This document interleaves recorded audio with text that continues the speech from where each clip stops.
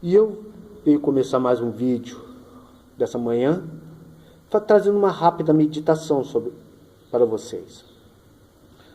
Do que tem valido viver neste mundo? Do que tem valido viver em um mundo dominado pelo caos, pela guerra, pelas doenças, pelo choro, pela tristeza? Do que tem valido viver num país onde um policial é tratado como bandido, um bandido como vítima da sociedade, e as vítimas desse bandido têm seus direitos, têm menos direitos que os direitos do bandido que destrói um pai de família, que destrói um lar. Aonde a Suprema Corte da Justiça, ao invés de prezar pelo bem-estar do cidadão, preza pelos seus próprios direitos. Do que tem valido viver neste mundo cheio de dor, sofrimento? Será que isso é tudo que tem para o homem?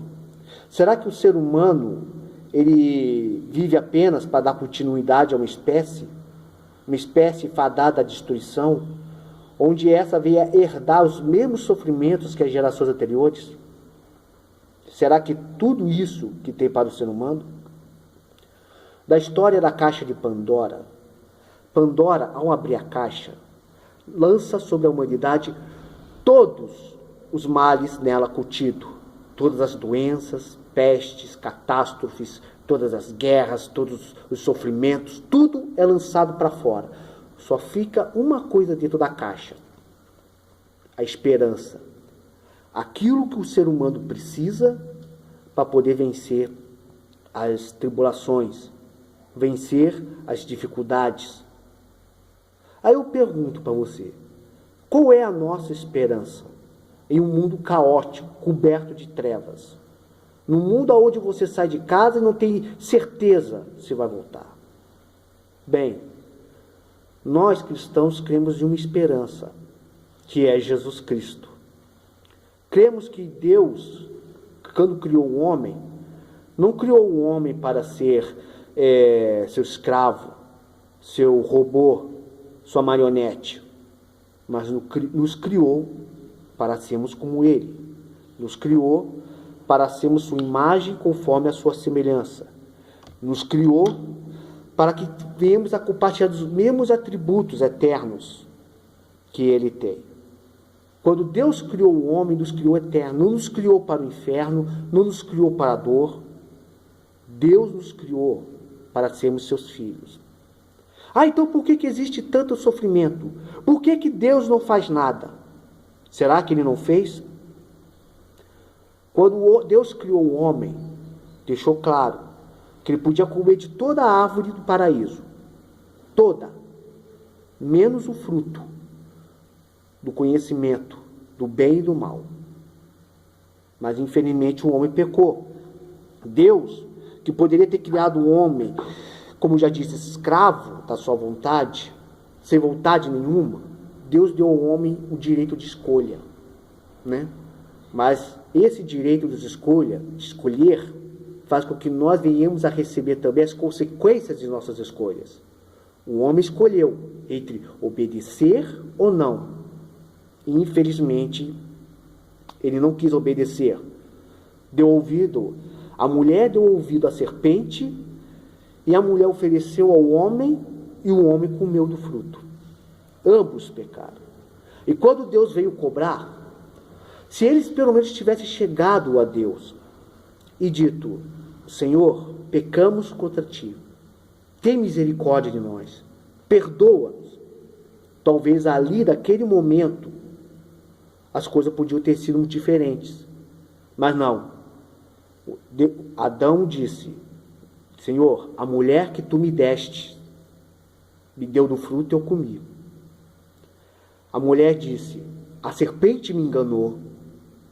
Ou seja, além de não reconhecer o seu erro, Adão ainda quis jogar a culpa em Deus. Foi a mulher que Tu me deste. E a mulher também jogou a culpa em outro. Não tenho nada a ver com isso, foi ela que me enganou.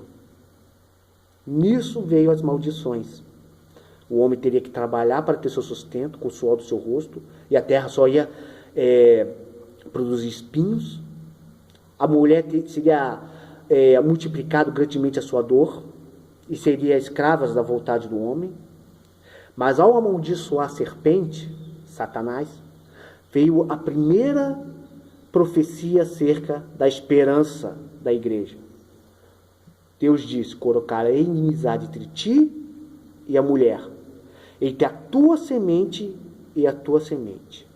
Este vai te pisar a cabeça, mas você só vai ferir o seu calcanhar. Essa foi a primeira profecia acerca do Filho de Deus, Jesus Cristo, que viria a nascer da semente da mulher, do ventre da mulher. Deus, quando expulsou, o interessante é que quando Deus expulsou Adão e Eva do paraíso, eles antes se cobriam apenas com folhas, mas Deus o cobriu depois com peles de animal. Ou seja, o que leva a crer que um animal foi sacrificado. Um animal morreu para que aqueles dois não morressem, porque Deus havia deixado claro: a alma que pecar, esta morrerá.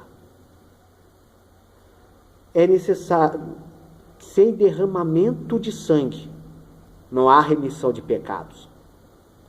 Por essa razão, ao longo de todo o Antigo Testamento, você ouve falar de sacrifícios, de cordeiros, de bois, de ovelhas, animais brancos sem manchas perfeitos, para que ao ser sacrificados, pudessem cobrir o pecado do homem, para que o homem pudesse estar próximo de Deus. E Deus ainda estabeleceu que entre as 12 tribos de Israel, da tribo de Levi, da descendência de Arão, viriam aqueles que seriam os sacerdotes, que iam entrar no templo sagrado, diante do véu, ultrapassar o véu, onde está a Arca da Aliança, que é o que simboliza a presença de Deus dentro do seu povo, e ali ia fazer a mediação entre o povo diante de Deus. No entanto, Deus sabia que o sangue de um animal não era o suficiente. Havia necessidade do sangue de um justo. E a Bíblia mesmo fala que por toda a terra Deus procurou um justo e não achou. Foi nesse momento que Deus, ao olhar para o seu Filho, Jesus Cristo, o Messias, Jesus havia decidido: eu vou me sacrificar. Se Jesus não te quisesse sacrificar, ele não teria feito mal nenhum. O que nós merecemos pelo sacrifício de Cristo?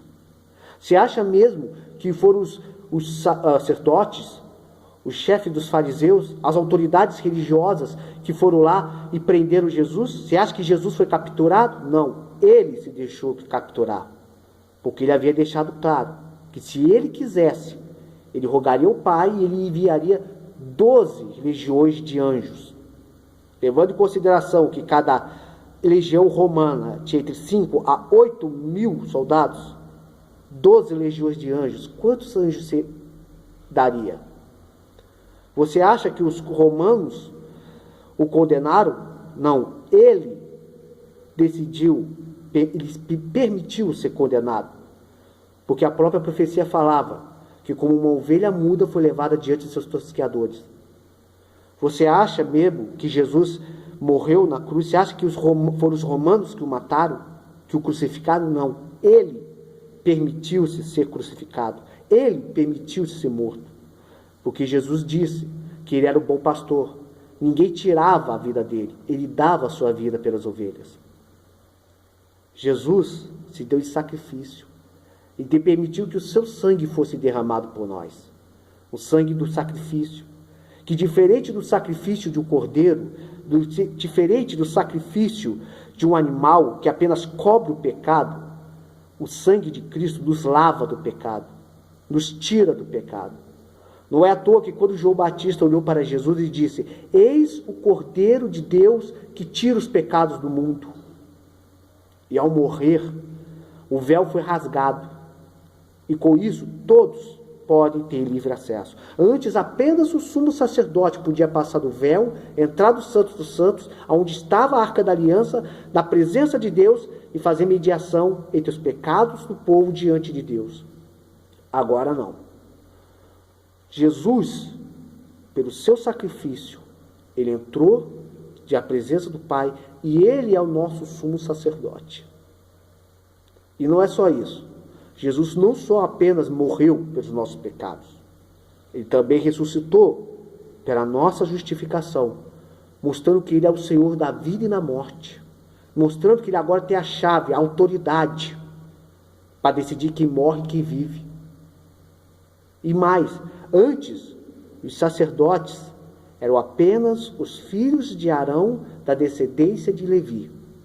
Com o sacrifício de Cristo, todos nós que aceitamos Jesus como Senhor e Salvador, podemos agora ser sacerdotes e entrar na presença de Deus. Não é à toa que Apocalipse, o anjo, ao louvarem a Cristo, ele disse: bendito és tu, ó Cordeiro, que foste morto, e com teu sangue compraste homens de toda tribo, língua, povo e nação, e os constituístes reis e sacerdotes para Deus. Em outras palavras, todos nós podemos hoje entrar na presença de Cristo. Todos nós somos sacerdotes. Não precisamos de mediadores, não precisamos de sacrifícios, não precisamos de rituais.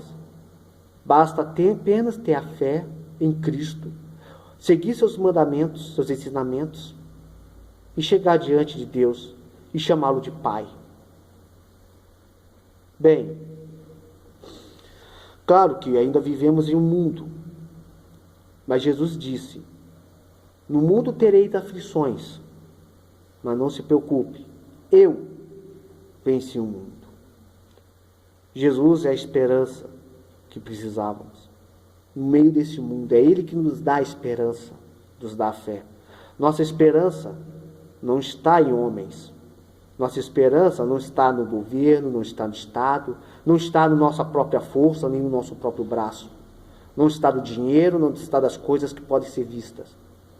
A nossa esperança está naquele que vive e que reina, que morreu e ressuscitou, e Jesus, o Filho de Deus.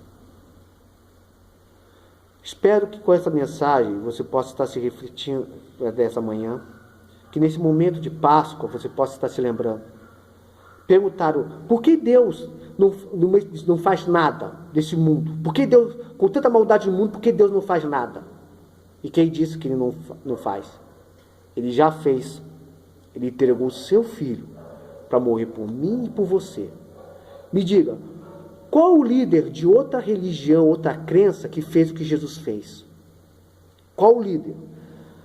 Moisés não morreu por nós. Maomé não morreu por nós. Buda não morreu por nós. Gandhi não morreu por nós. Marx não viveu nem a ideologia que ele inventou.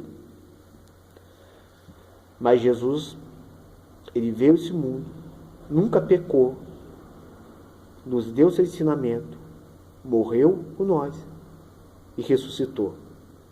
Jesus, Deus, nos deu o sangue do teu Filho, nos deixou os seus ensinamentos, nos deixou o teu Espírito Santo, para podermos chegar próximos a Ele.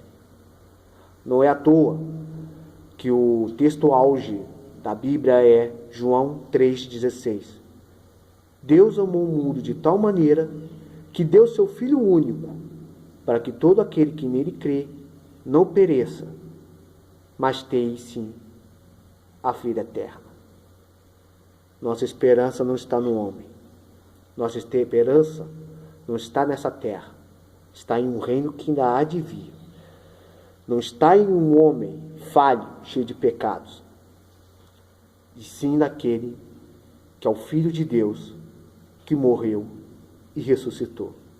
E prometeu que o dia voltará para buscar a tua igreja. Muito obrigado se você me acompanhou até aqui. Oro para que Deus esteja te abençoando nesse dia de hoje. Esteja abençoando você, sua família, seu trabalho.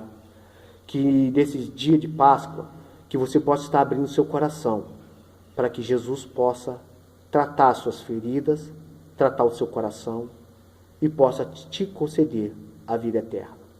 Muito obrigado. Fique na paz. Até daqui.